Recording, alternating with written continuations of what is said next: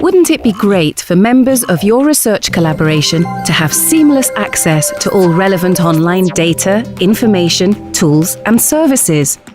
And for this to happen in a way that ensures privacy, security and good governance. This requires a proper authentication and authorization infrastructure, one that is supported by relevant policies. Setting up such an infrastructure can be quite a challenge. Luckily, you can get a head start by using the AARC Policy Development Kit.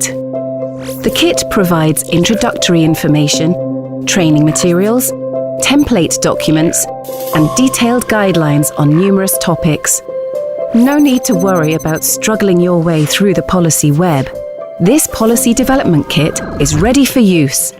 So, if your research collaboration is looking for an AAI solution, start with AARC.